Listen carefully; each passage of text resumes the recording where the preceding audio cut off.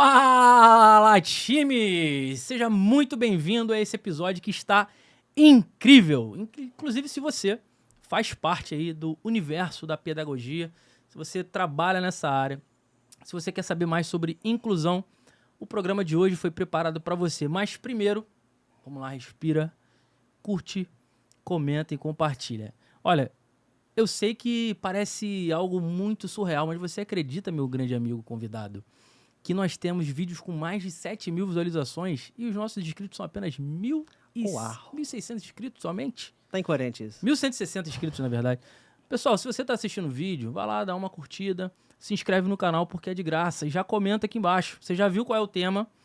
Comenta aqui embaixo que você vai ajudar esse canal a chegar para mais pessoas e ajudar ainda mais aqueles amigos que você gostaria que estivesse ouvindo esse podcast. Então, nosso podcast tem um cunho realmente de levar uma mensagem positiva para você sobre empreendedorismo, sobre educação, sobre negócios, sobre inclusão. E o programa de hoje vamos falar muito disso. Eu estou aqui com Marcos Vinícius, ele que é psicopedagogo. O currículo do cara é grande, então eu vou ler, né? Educador parental, mentor vocacional de jovens e adolescentes. Ele é terapeuta ABA, palestrante, assessor de inclusão para instituições. Seja muito bem-vindo, meu grande amigo, meu brother, Marcos. Muito obrigado, meu cara. O currículo não é tão grande assim não, mas essas são algumas atividades que a gente vai fazendo, né? E a gente vai melhorando à medida do tempo, né? Mas obrigado e gratidão por estar aqui com você hoje. Meu amigo, cara, prazer, a gente tem longas histórias aí, né? A gente está se reencontrando, né? Aí de alguns anos. Fiquei muito surpreso e feliz quando eu vi que você estava trabalhando nessa área, né? Na área de psicopedagogia, nessa área terapêutica, enfim, ajudando pessoas, levando essa mensagem. É muito fit aqui do nosso podcast, a nossa ideia, nosso propósito é exatamente esse. E eu não podia deixar de convidar você. A Evelyn comentou comigo, eu falei, cara, vamos chamar esse cara, trazer, porque com certeza vai ter muito conteúdo. Já conhecendo a pessoa que é... Escute as esposas. Já conhecendo a pessoa que é, vai ter conteúdo, porque esse cara não brinca em serviço. Cara, isso aí. Temos pouco tempo, temos muito conteúdo, então a gente vai ser muito pragmático e objetivo, certo? Por quê? Esse podcast, ele tem pra mim, ele tem um gosto mais especial, porque estou buscando muita informação sobre essa área, não conheço tanto, estou estudando, pesquisando e queria trazer um especialista. Vou trazer outros especialistas, porque é uma área que eu quero conhecer cada vez mais, né? Hoje tem um caso na minha família, né, de pessoas que precisam, de uma pessoa que precisa de uma atenção específica. Sim. Então eu queria primeiro entender um pouco mais dessa tua jornada, como que você chegou até aqui, para a gente já começar no conteúdo aí mais pesado, beleza? Beleza. Não tomando, logicamente, todo o tempo do mundo nessa parte, mas sou formado realmente em psicopedagogia. Antes de me apresentar um pouco mais largamente, né? Sou casado, sou pai de 4 filhos. Legal. O meu mais velho tem 22, não parece, né? A gente vai dizer isso. O do meio 21, tem uma princesa também de 17 para 18 e o mais novinho, trazendo aí, fechando o time aí, que é o Miguel, de 2 anos. E eu sou um cara muito apaixonado pela família e, logicamente, pela educação. E sou um cara apaixonado por ser pai. Logicamente, também muito perceptível, né? 4 filhos. Mas a minha jornada com a educação, né? Barra psicologia, barra psicopedagogia, ela começou um tanto quanto relativamente recente. Porque eu sempre fui, minha vida profissional pregressa, trabalhando profissional não liberal, né, perdão, mas profissional dentro da vida corporativa, com relacionamento, com experiência com cliente, com análise de performance, com treinamento também, projetos. Uhum. Então, são essas atividades que nortearam muito o meu movimento pregresso antes de chegar à psicopedagogia. Então, foi mais de 17 anos, para ser mais exato, nesse trabalho de relacionamento com o cliente, de entender um pouco aí métricas, números, projetos de tecnologia, informação no modo geral, toda a avaliação de performance. Mas sou formado em gestão financeira, ou seja, coisa não tem nada a ver com aquilo que eu faço hoje, mas a minha história com essa migração para a psicopedagogia, ela tem 2 vieses. O primeiro é a questão da busca do sentido profissional mesmo, que eu já via desde 2017, 2016, ali, tentando entender algo que fizesse um pouco mais de sentido para mim, que me desse um pouco mais de visão, né, de um pouco mais de gozo daquilo que estivesse fazendo. E o segundo ponto, o segundo pilar, é justamente a questão do meu filho, né? Por conta, a grande mudança, a grande troca de chave, foi justamente por conta de um diagnóstico muito tardio do meu filho de autismo, que demorou a chegar e me impulsionou, de fato, a chegar aqui. Então, assim, bem que num resumo, assim, são esses 2 pilares que me fizeram chegar aonde eu cheguei e estudar o que eu estudei. Cara, que legal, né? A gente vê muitos casos, né, de pessoas que se especializam em áreas porque estão buscando, né, soluções ali para sua família, principalmente para seus filhos, né? E que bom que você conseguiu se achar primeiro profissionalmente, né? E depois ter solução para os problemas que você tinha ali. Me diz uma coisa, Marcos. Como que foi essa jornada, assim? Porque imagino que para você até chegar numa solução específica ideal para o teu filho, você passou por uma jornada ali que hoje com certeza você pode usar como um recurso positivo para quem talvez esteja passando por algo similar. E é disso que a gente quer tirar muito proveito hoje, né? Porque eu acredito que aí nós teremos muitas pessoas se conectando com essa tua realidade e tornando para elas também algo talvez menos pesado, menos dolorido, Sim. mais simples no aspecto, claro, técnico, que a gente consiga transmitir para elas. Então, assim, você vai falar do período aí do seu filho, a gente comentou que hoje ele tem 22 anos, né? Mas lá atrás a gente não tinha tanto recurso, hoje a gente tem, né? Exato. Então conta pra gente um pouquinho disso. Como foi desvendar todo esse mistério e hoje como que as pessoas podem fazer diferente, né? Principalmente com o auxílio de um especialista como você.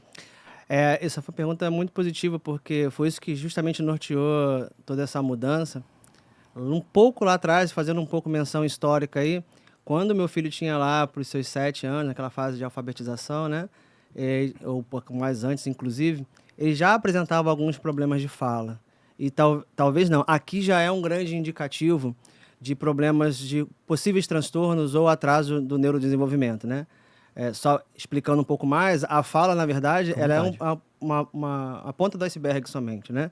Às vezes, para uma criança emitir uma fala ou uma voz, né, ali, muitos processos complexos são feitos no nosso cérebro. E muitas partes do nosso cérebro é exigida ali.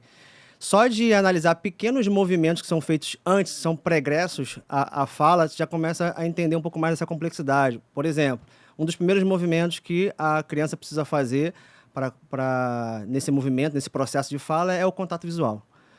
À medida que ela faz o contato visual, eu já começo a olhar para você, né? E ali eu vou observar o primeiro movimento que a gente chama de um movimento orofacial, que é o movimento justamente do movimento do músculo, da boca, né? Da fala, entendendo como é que faz o movimento para que aquele som possa sair. Posteriormente, eu vou começar a imitar o som. Que aí a frase e a palavra mais exata é justamente imitação. Tá. Né? A criança ela precisa e requer muito poder de imitação, que é o que vai fazer ela aprender muito com os adultos que estão ao redor, na fase escolar e para a vida de educação infantil dela, por exemplo, imitação. No terceiro ponto, ela faz o que a gente chama de segmento de comandos, ou seja, então ela contato visual, eu vou imitar essa modulagem da fala ali, né, do movimento orofacial, e vou receber comandos, ou seja, eu vou conseguir ter uma prática de ouvir determinados comandos e agir a partir desse comando. Aí sim eu tenho a fala. Talvez posso até ter mais submovimentos aí, né? Os fonoaudiólogos talvez possam explicar um pouco mais, mas, no geral, é bem isso. E são justamente alguns pontos em que o autista tem dificuldade. Né? A maioria dos autistas não consegue fazer um contato visual. Não consegue, por exemplo, ter a capacidade de fazer imitações. Por isso aquela brincadeira de criança que talvez você vai começar a fazer, inclusive, com seu filho, né? Imita papai, imita. Isso é imprescindível para a criança. E é uma dificuldade muito própria de quem é uma criança com autismo. Automaticamente, o terceiro ponto é seguir comandos. Então, se ela não te vê, não faz um contato visual com você, se ela não tem uma capacidade muito, muito boa de imitação, ela também não vai seguir comandos, ela não vai perceber, toda vez que você tiver que falar alguma coisa para ela e pedir alguma coisa para ela, ela vai conseguir fazer. Então, dando uma explicação mais técnica, era isso basicamente que acontecia com meu filho, só que eu não sabia na época. Tá. Né? Então, fomos tratar aí um problema de fala. E um problema de fala realmente é um indicativo muito grande de neurotranstornos, né? Uhum. E aí, conseguimos fazer todo um tratamento, conseguimos evoluir com ele nessa parte de fala, mas outros comportamentos começaram a impactar, né, no decorrer da vida acadêmica dele. No começo fica um pouco mais oculto, porque você trata um lado e ele começa a falar, mas outras coisas começam a impactar, né? Então, o ensino dele foi impactado, ele acabou repetindo de um ano, precisou estudar junto com o irmão, na mesma série, o irmão mais novo, né, para poder ter uma certa progressão. Teve uma certa progressão aí sim, mas também ainda assim disfarçando as reais dificuldades que eram próprias do autismo. Quando o autista ele chega e ele sai de uma demanda ali mais controlada da escola, o que eu quero dizer com demanda controlada? Quando ele está ali com a mesma tia, a mesma professora, naquele mesmo ambiente, com os mesmos coleguinhas ali que passam mais tempo, principalmente na educação infantil, talvez possam mascarar aí algumas dificuldades. Mas quando ele começa a ser exigido cognitivamente e socialmente, e aí começa a vir outros problemas. Porque já não é mais a tiazinha que está com ele na escola. Já não é mais só aquele reduto ali de pessoas. Eu tenho mais de um professor, eu saio da sala, entro numa outra, aí eu começo a ser exigido em termos de disciplina, ou seja, mais interpretação de texto, mais capacidade cognitiva de raciocínio lógico, matemático, e isso acaba estressando e, por que não dizer, desregulando o autista. E isso que aconteceu com o meu filho. Então, relata até um episódio, por exemplo, em que ele acabou arremessando cadeiras na escola, né? Pegou a cadeira, jogou pro alto, pode até possivelmente acertar algum colega, por conta de alguma desregulação que a gente sequer sabia que se chamava de desregulação, né? Para mim era uma malcriação, ou outros chamavam nesse sentido. Tá. Isso fez realmente despertar para um retorno de uma avaliação dele na adolescência. Cara, muito, muito legal, Marcos, que você trouxe aqui 3 pontos que eu anotei aqui. E lembrando que eu estou aprendendo aqui junto com a audiência, né? Não é um assunto que eu sou especialista, mas, como você diz aqui, você é entusiasta, né, na área, eu também gosto de estudar esse tema. Mas em que fase da vida da criança ali, da idade, esses 3 tópicos principais que você mencionou, por exemplo, o contato visual, a imitação da fala, né, ali com a criança, e depois a ação, né, seguir os comandos. Você tem uma idade ali que a gente possa utilizar como marco, ou isso ainda é um paradigma, não tem como definir? Que eu já vi muito assim, a partir de 5 anos o laudo é definitivo e é mais assertivo. Com 2 não tem como ter certeza, com 3 é impossível. Então, e aí acaba que, será que eu como pai estou deixando isso para tardiamente? Ou será que eu sigo essa orientação? Não sei se te coloquei numa sinuca de bico, mas é uma dúvida que eu tenho. Tem bastante informação aí, na verdade, né? Hoje, por exemplo, já é possível fazer diagnósticos, inclusive tem muitos estudos, e isso acontece muito lá fora, né, que é uma referência para nós de informação, de crianças aí com 1 ano e meio, 2 anos já, sobre o autismo, porque hoje já tem muitos comportamentos perceptíveis. Por que eu digo isso? A gente tem um aparato chamado Marcos do Desenvolvimento, né? Ou seja, os indicadores de desenvolvimento.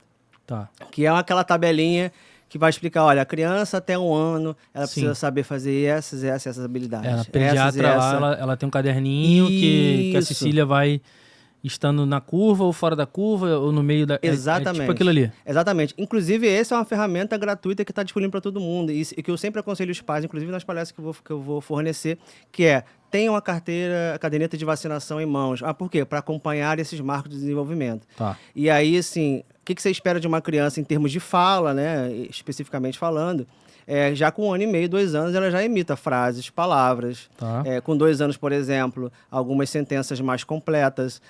Que ela faça o que a gente chama de relembrar fatos ocorridos, né? Que ela consiga, por exemplo, contar para você, ainda que talvez não com todas as palavras bonitinhas e redondinhas, mas que ela consiga contar início, meio e fim. Olha, aconteceu isso, aconteceu aquilo outro, e depois fui fazer essa outra parte. Quando uma criança está com 3 anos, 4 anos, e ela ainda não desenvolveu essa parte da fala, é preocupante.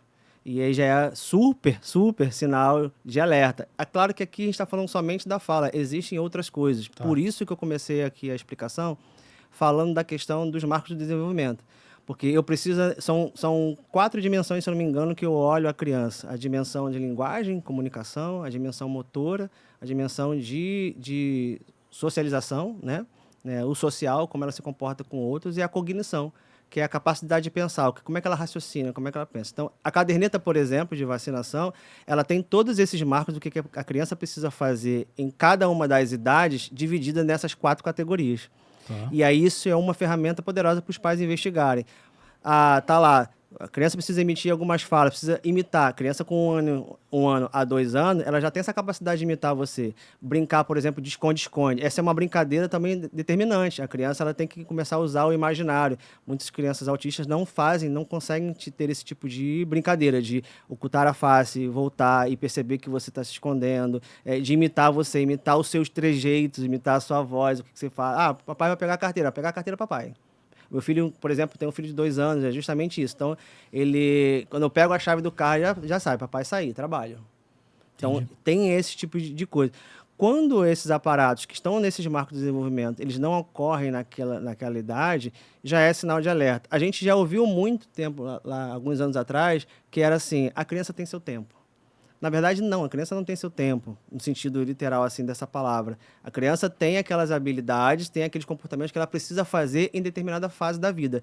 Se ela não faz, ou se ela não faz a maioria, 90% desses comportamentos que os seus pares fazem, já temos aí um atraso, já temos aí um sinal de alerta. E aí, por isso, entra a questão do diagnóstico precoce. Ainda tem informado muito isso às pessoas, porque não esperar muito para poder intervir, mesmo sem laudo.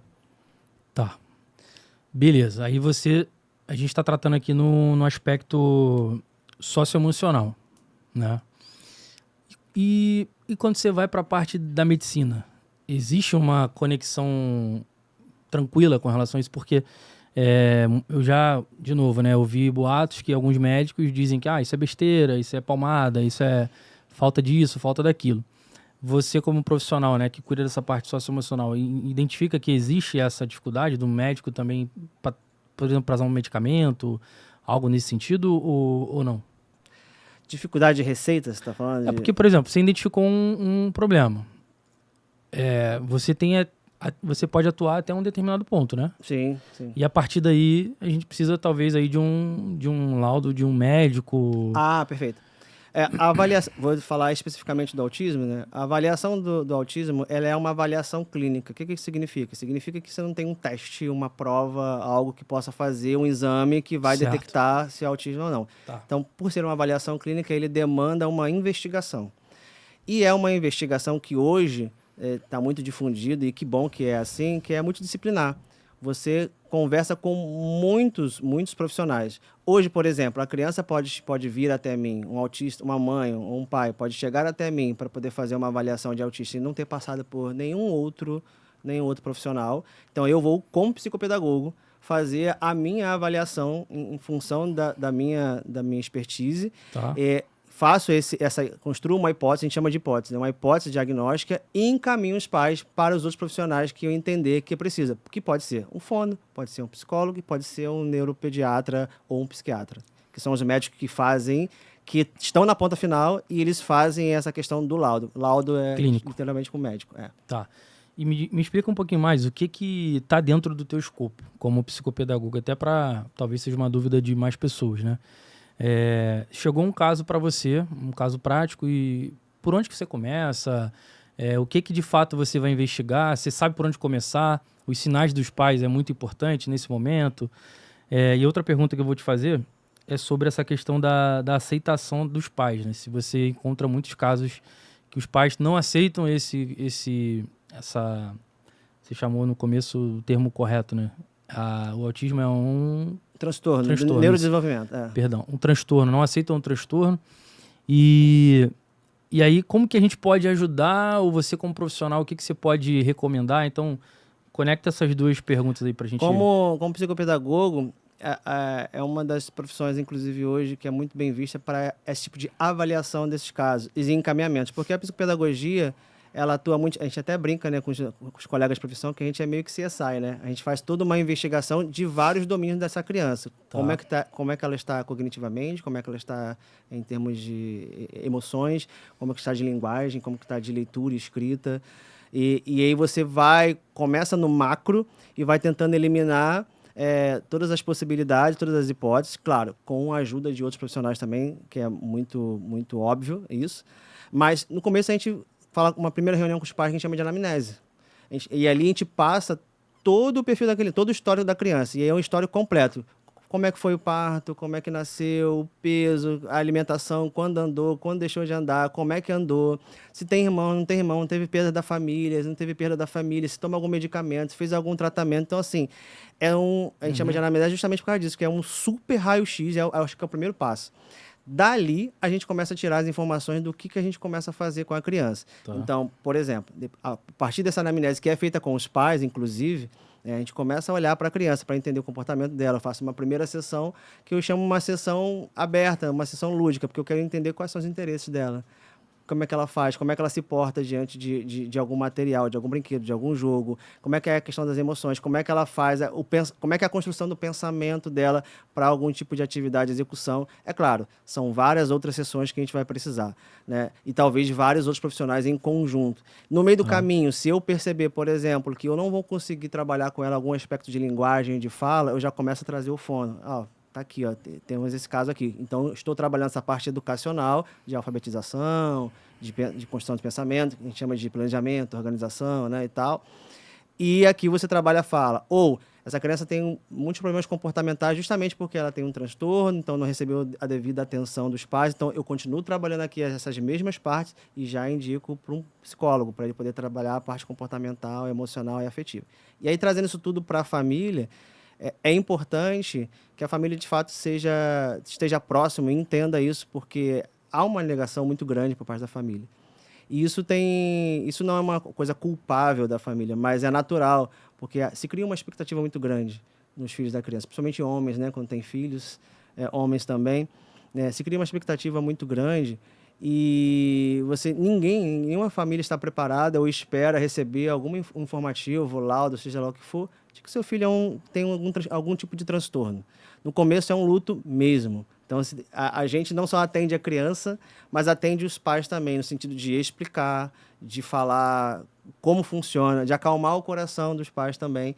Então, isso é importante para que eles entendendo, em primeiro lugar, as necessidades e tudo que está acontecendo ali do que envolve o transtorno, melhor será o tratamento da criança.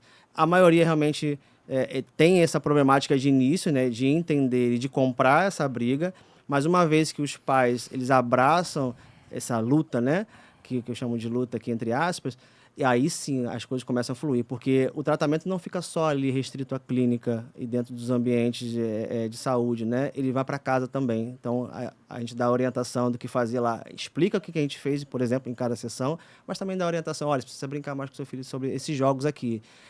Essas brincadeiras aqui vai estimular determinadas habilidades, precisa que seja feito isso aqui em casa, precisa que ele participe de movimentos de atividades, por exemplo, de esporte, entre outras coisas, né? Então, tem muito dessa questão da orientação dos pais, de acolhimento, em primeiro lugar, para que eles entendam tudo o que está acontecendo, que é um mundão que muitas vezes desaba, e depois a ação. Agora vamos partir para a ação, para ver o que a gente pode conseguir evoluir e estimular a criança. Você tem um comparativo, assim, bem objetivo e simples, talvez, mas que a gente consiga identificar como torna mais leve a vida da criança autista, que os pais entenderam a dinâmica, e abraço essas ferramentas que vão tornar a vida dela mais leve, talvez, e talvez até mais fácil em alguns aspectos.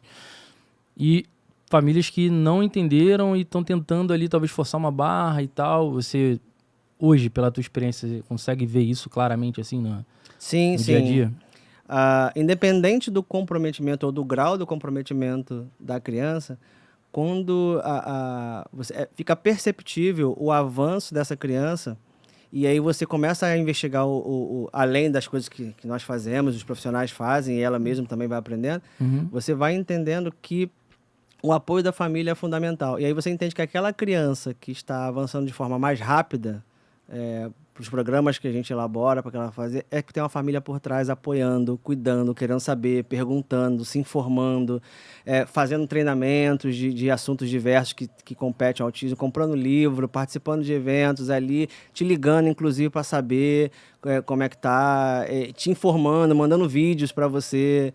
Isso tem uma diferença muito grande do que outras famílias que simplesmente ignoram ou esquece. Porque quanto mais ignorar, menos oportunidade de estímulo essa criança tem. Sim. Então, ela precisa de muito estímulo, seja na clínica, seja em casa. Se ela só recebe na clínica, não está legal. Aliás, clínica, casa, escola.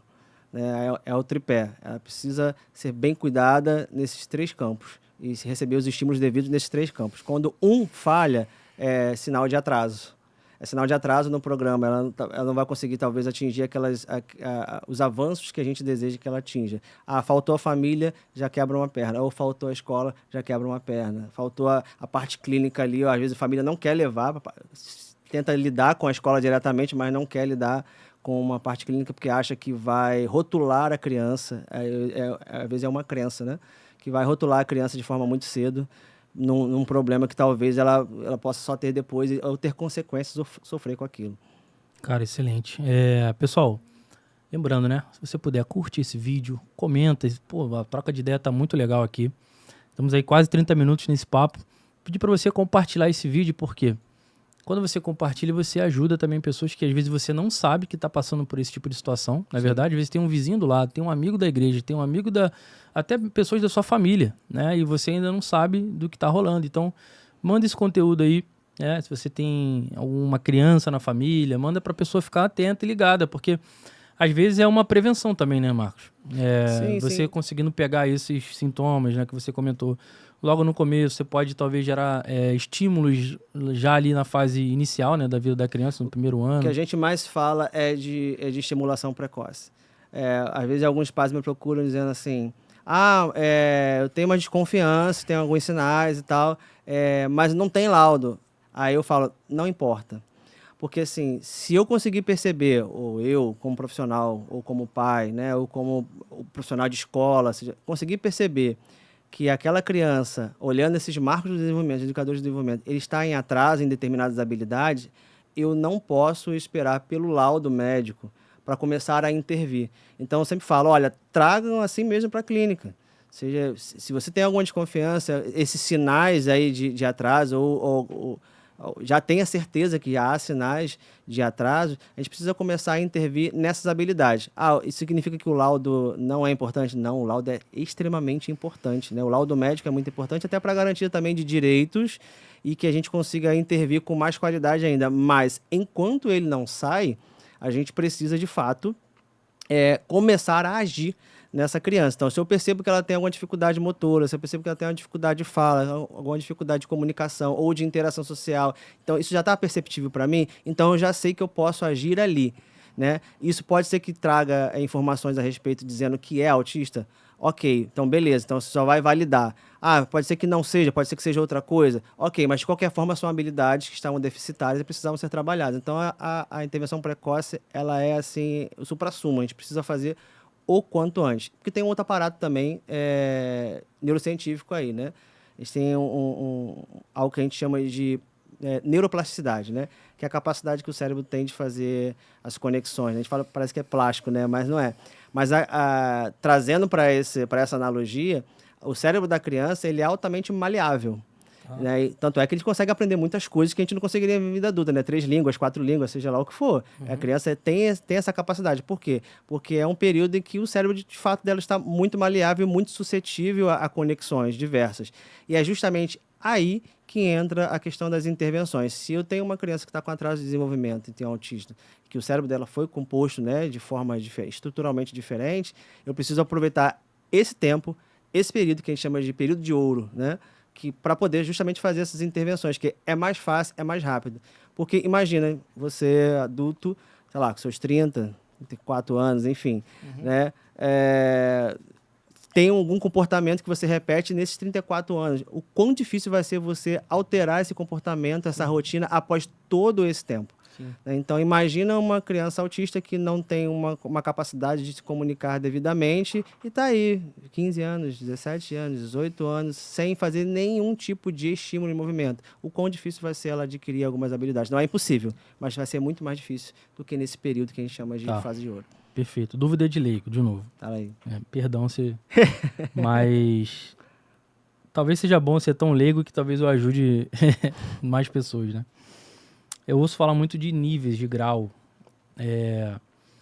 Primeiro eu quero saber a nomenclatura correta para tratar essas etapas, esses níveis, talvez, falando dessa forma. E segundo, com essa antecipação, né? Como você falou, né? Esse acompanhamento precoce, é possível tirar o autista de um nível e migrar para outro menor? Ou se eu não cuidar, ele pode evoluir para um maior? As duas coisas. Tá certíssimo. Eu posso, através de muito estímulo, né? E aí eu falo estímulos generalizados. Clínica, família, escola, né? Nesses 3 ambientes. Migrar para reduzir, né, os Primeiro, danos, quais né? são os níveis? Eu posso dizer o seguinte, antigamente a gente chamava ele de níveis de leve, moderado e grave. Tá. Hoje não se fala mais tanto de leve, moderado e grave, justamente para não dar uma conotação de que o leve é, por exemplo, menos autista.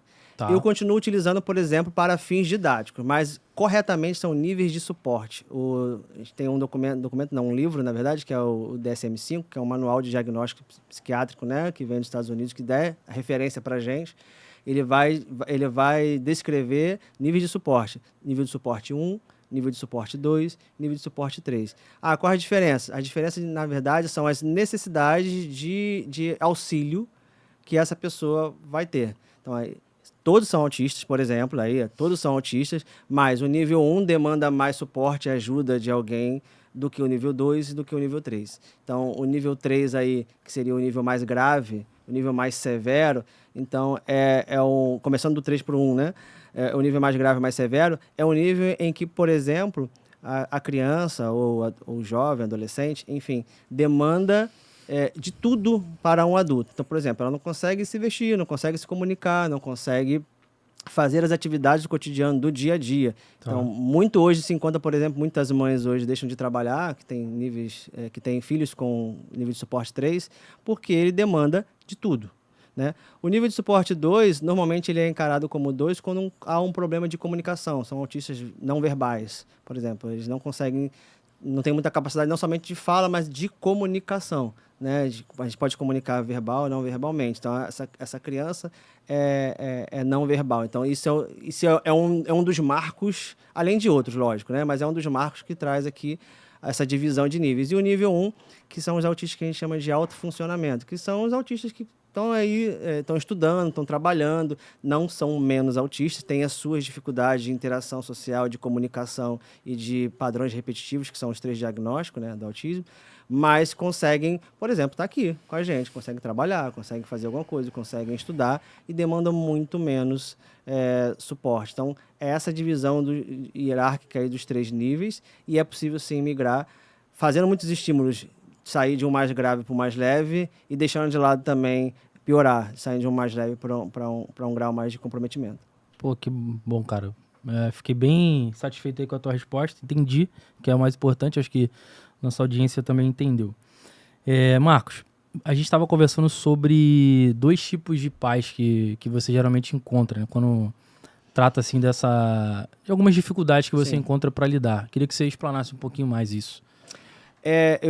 Nas minhas palestras, nas rodas de conversa onde eu vou, nas orientações, inclusive dentro de clínica, a questão de... Eu tenho 2 tipos de pais aí. Eu acho que são os pais que desconsideram totalmente, não querem... São os negacionistas, vamos dizer assim, né?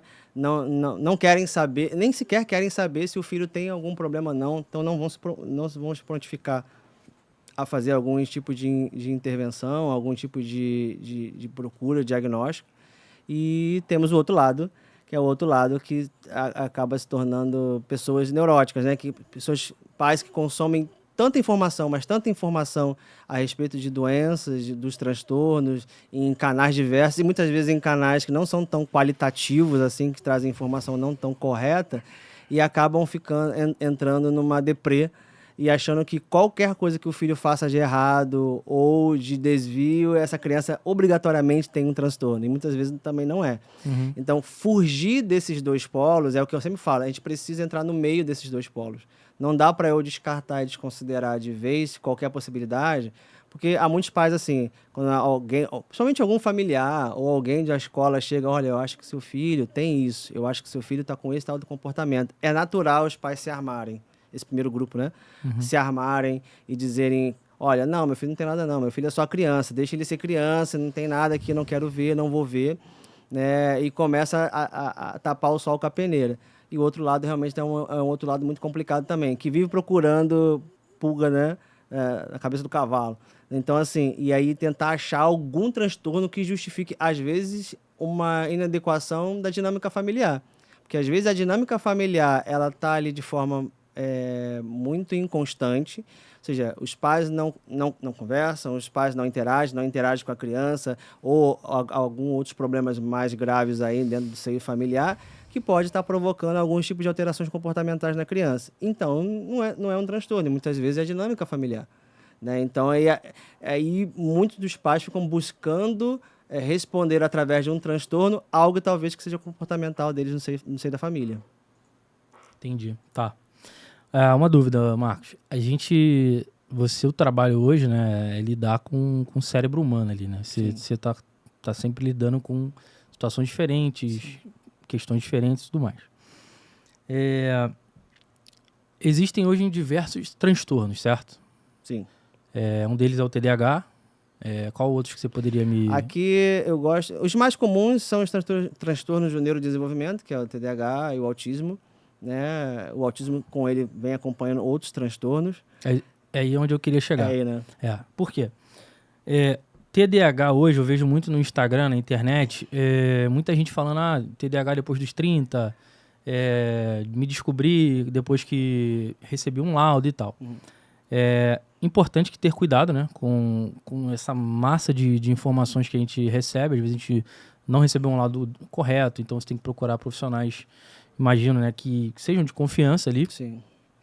Não sei se tu tem até um caso desse para compartilhar, tipo, alguém que pensou que tinha algum tipo de transtorno, na verdade era uma outra coisa e você pôde ajudar ali. Se tiver algum caso, traz pra gente. Mas, enfim, onde eu quero chegar? Esses transtornos, eles têm uma classificação entre eles de menores, maiores, ou transtornos como o TDAH podem gerar o autismo, ou é o autismo que gera um TDAH? Tem uma via para se comunicar entre eles? Como é que isso funciona? A gente chama de comorbidades, né? São transtornos que vêm associados a outras condições. A gente tem dois tipos de... Para começar, né, desse guarda-chuva, a gente tem dois tipos de transtorno. O primeiro tipo é o que a gente chama de transtornos específicos de aprendizagem, que é o que vão impactar literalmente ou mais especificamente a vida acadêmica dessa criança. Por exemplo, dislexia, disgrafia, desortografia, são transtornos específicos de aprendizagem. E tem o que a gente agrupa em outros transtornos do neurodesenvolvimento, que não só impacta a vida acadêmica, mas impacta a vida social, a qualidade de vida no modo geral. E aí entram o autismo, o TDAH, o TOD, entre outros. O autismo, especificamente falando, ele é um transtorno meio carente, né? Normalmente, ele não vem sozinho. Sempre ele vem acompanhado, eu chamo dos maiores, entre aspas, parceiros do autismo aí desse acompanhamento é a deficiência intelectual, tá no ranking, né? E o TDAH. Então, o autista, por ele ser autista, por exemplo, é o caso do meu filho. Por ele ser autista, ele tem deficiência intelectual e ele tem TDAH. A pessoa pode ter só o TDAH e ter outra coisa? Também. Normalmente, uma outra condição, por exemplo, associada ao TDAH é o TOD, né? Transtorno positivo desafiador, né? Que é o transtorno que vai, por exemplo... vai provocar aquela criança, ou aquele ser, ou aquele indivíduo a ter uma aversão a autoridades. Então, qualquer tipo de autoridade ele sempre vai ter de frente, vai sempre dizer não, né, de forma muito irritadiça, num grau comparavelmente grande, né? Então, a gente chama isso de comorbidades. Então, a gente tem muitos transtornos, sim. A pessoa que tem TDAH pode ter alguma outra coisa? Pode ter o TOD. O autismo, então, é o que mais carrega como comorbidades. Por exemplo, parte sensorial, por exemplo, e aí isso vai trazer no autista uma questão de transtorno de seletividade alimentar. Ele pode ter distúrbio de sono, pode ter transtornos associados à ansiedade, pode ter o TDAH, a deficiência intelectual, como eu falei, e talvez até outros que possam estar associados. Mas o concura e os mais notáveis são o TDAH e a deficiência intelectual. Então, tem conversa sim, mas normalmente é por conta de um transtorno, basicamente você tem uma comorbidade ou os transtornos associados. Imagina aí que a importância de você descobrir isso com velocidade, né? Para talvez evitar uma evolução para outros tipos de transtorno, né? Talvez nem tanta evolução, mas é mais a identificação. Tá. Talvez já esteja lá, né? E não se consegue observar. Você consegue observar alguma coisa que, por exemplo, eu vou dar um exemplo muito cotidiano lá de casa eu chamo de Lucão, né? Tá. Por horas eu ficava assim, e agora? Com quem eu estou conversando aqui? Eu estou conversando com o autismo, estou conversando com a deficiência intelectual, ou estou conversando com o TDAH? Porque tem coisas que é do autismo. O que é próprio do autismo em termos de diagnóstico?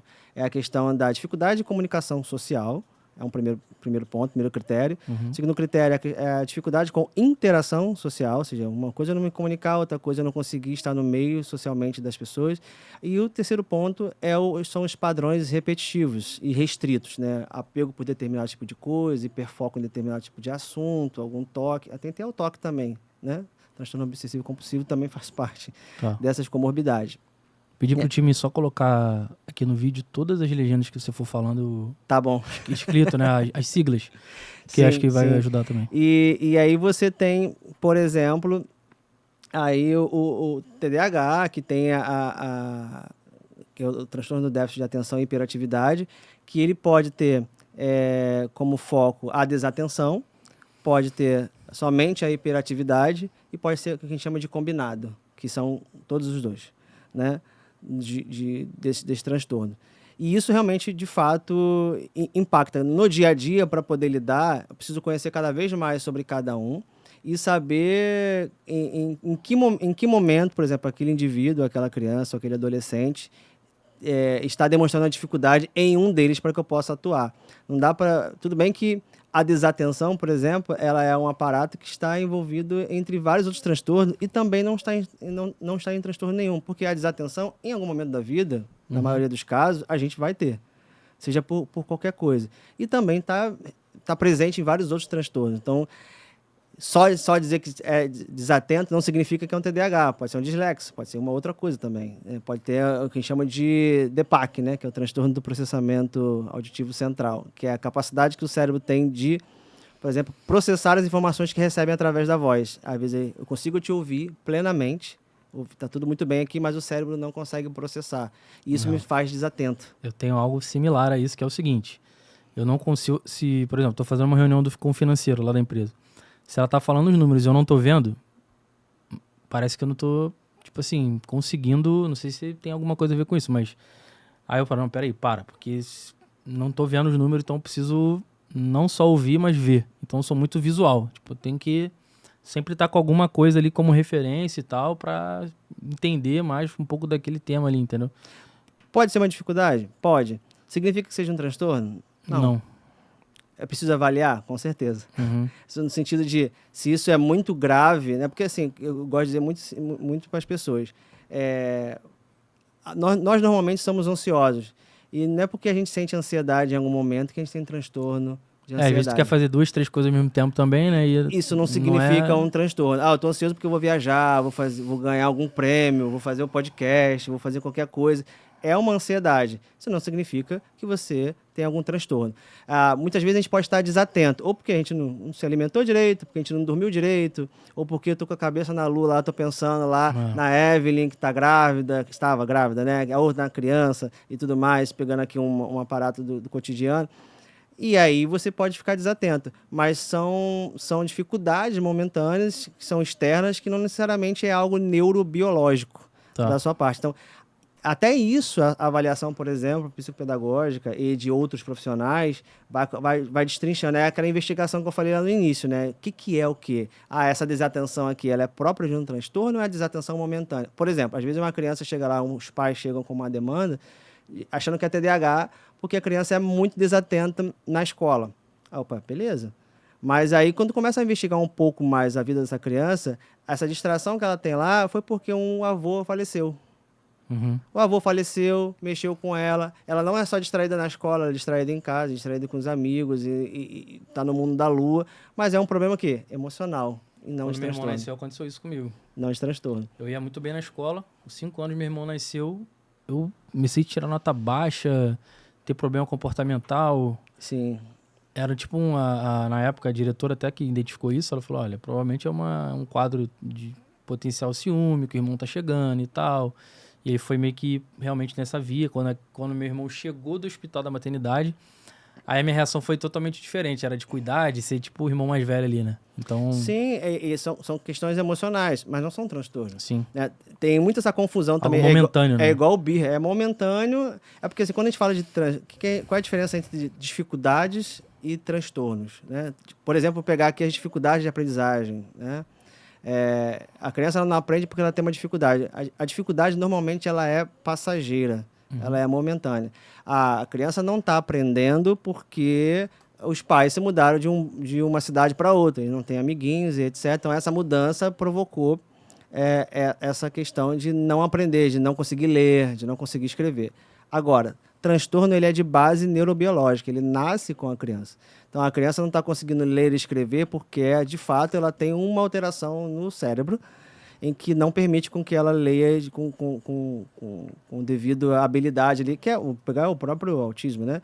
Que uma das coisas que impacta muito o autismo é a habilidade motora. É um tanto quanto difícil, por exemplo, trabalhar o aprendizado de leitura e principalmente escrita, porque a criança não consegue ter o aparato motor de pegar ali o lápis, de pegar a tesoura, de fazer aquele movimento que a gente chama de movimento de pinça, né? Pode parecer uma coisa simplória, mas se essa criança não tem força para poder fazer o movimento de pinça e segurar o lápis, ela não escreve. Se ela não escreve, ela não aprende. Caraca. Então, assim, e se ela não aprende, ela não produz, não prossegue e tudo mais. Então, N situações, né? Então, várias coisas aí que podem ser transtornos e outras não. Isso tudo você vai descobrir mediante a avaliação, uma conversa com um profissional, seja ele um psicólogo, um psicopedagogo ou entre outros.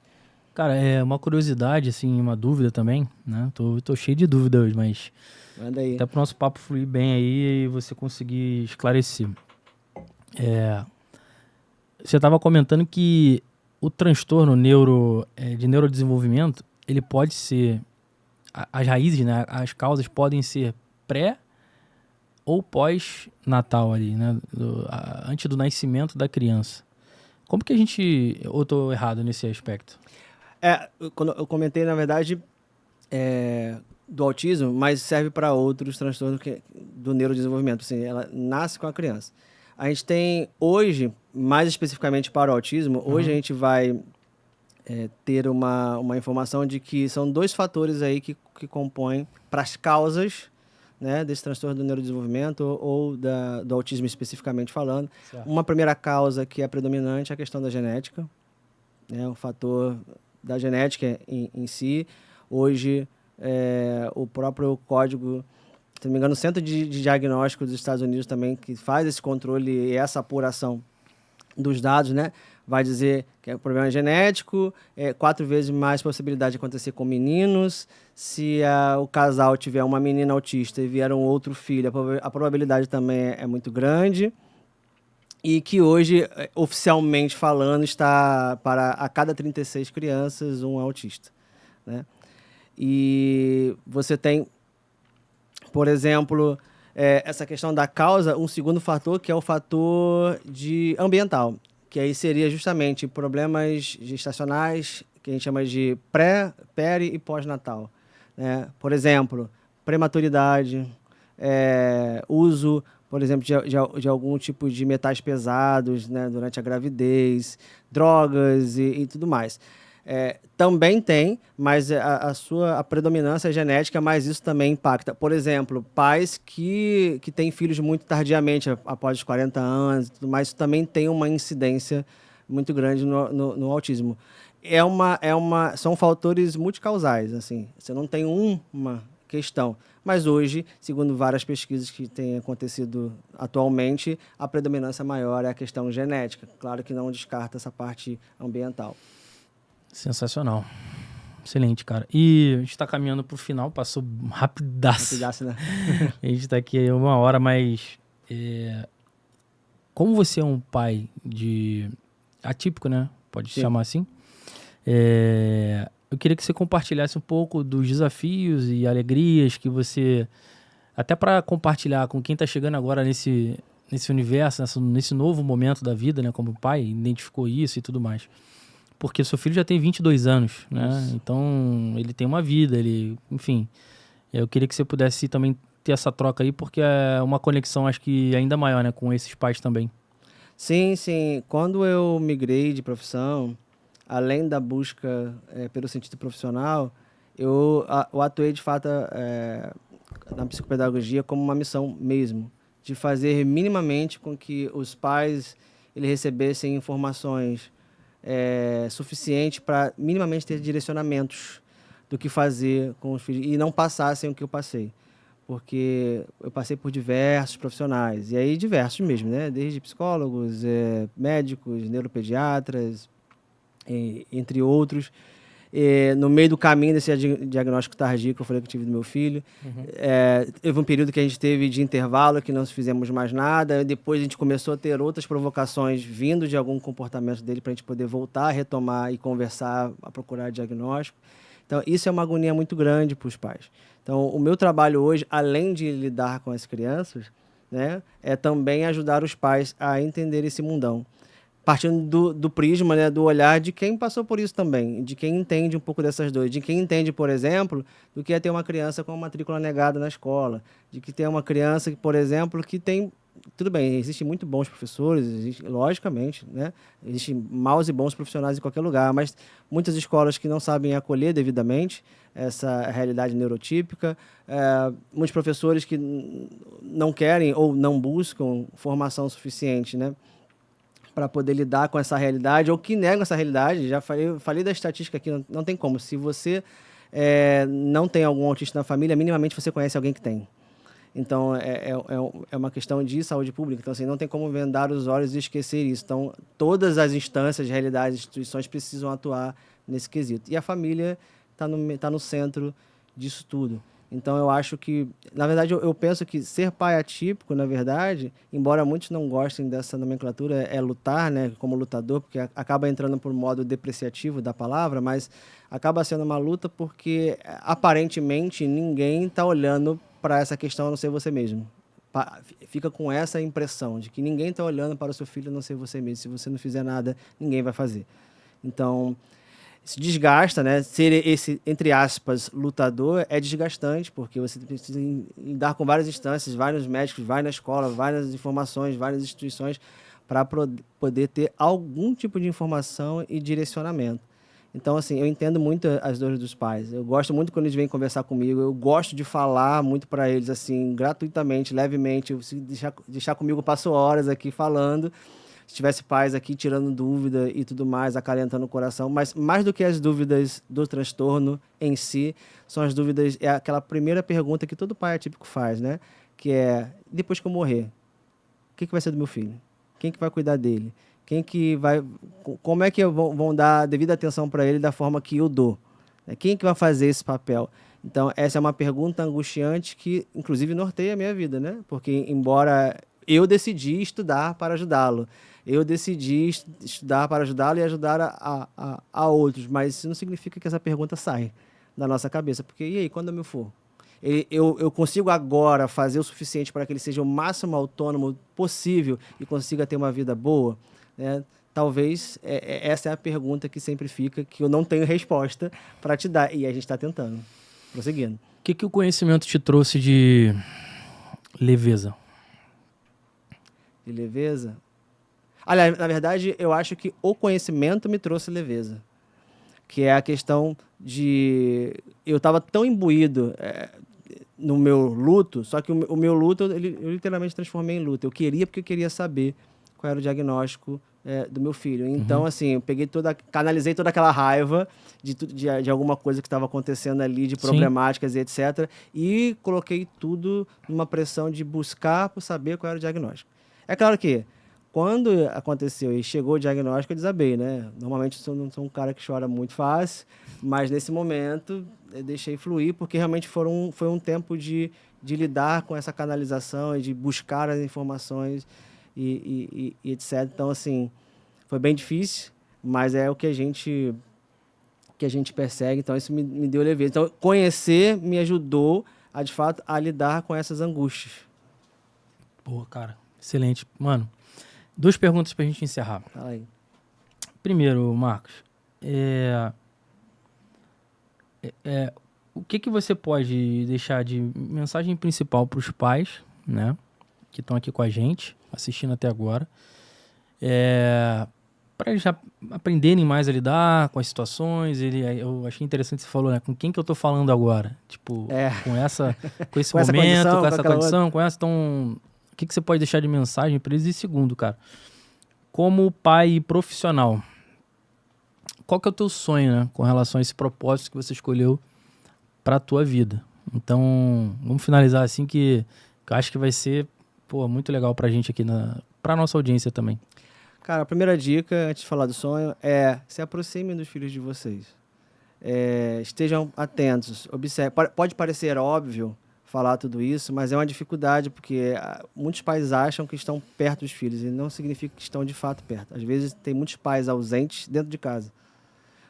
E não dão atenção devida ao filho. Por que eu falo da atenção? Porque é nessa atenção, é nessa observação que você, mediante algumas informações, como eu mencionei lá atrás, dos indicadores de desenvolvimento, vai poder saber o que seu filho consegue e não consegue fazer. Seu filho não consegue fazer a maioria das habilidades dos pares deles ali ao redor, isso é sinal de alerta. Mas você só vai ver se você estiver prestando atenção. Se você estiver desatento, você não vai ver. Uma dúvida no meio disso. Tem máximo de idade para a pessoa descobrir um transtorno? Tipo, Máximo. 30 anos. Se você tiver com 45 anos, você não vai mais conseguir descobrir nenhum tipo de transtorno. Exemplo.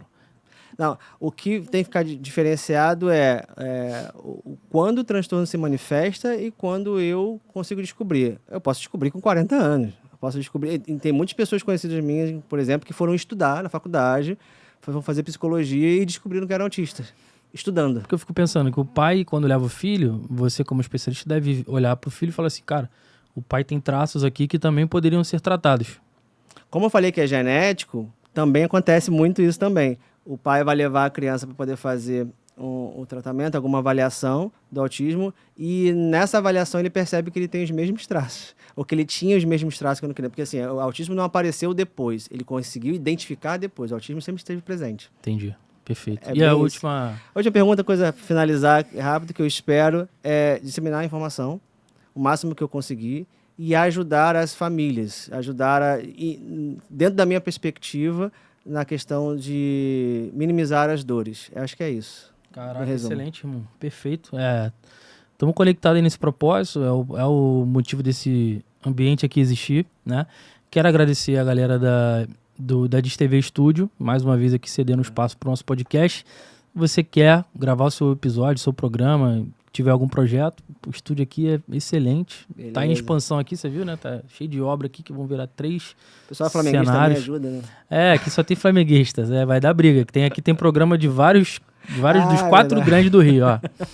Mas você que chegou até aqui, curte e comenta, vou insistir sempre nisso, porque o YouTube, cara, se você não der atenção para essas ferramentas aí, ele não leva o vídeo para as pessoas. Então, se inscreve no canal que com certeza esse conteúdo de valor, que, cara, que se deixou aqui pra gente em 1 hora foi uma chuva de conhecimento, né? Então, que a gente consiga também replicar isso aí pro máximo de pessoas, tá bom? Muito obrigado por você que ficou até aqui. Até o próximo episódio. E assista os nossos cortes. Vou deixar aqui na tela agora 2 vídeos para você também poder assistir o nosso episódio anterior e um corte aqui legal para você. Valeu? Abraço. Tchau, tchau.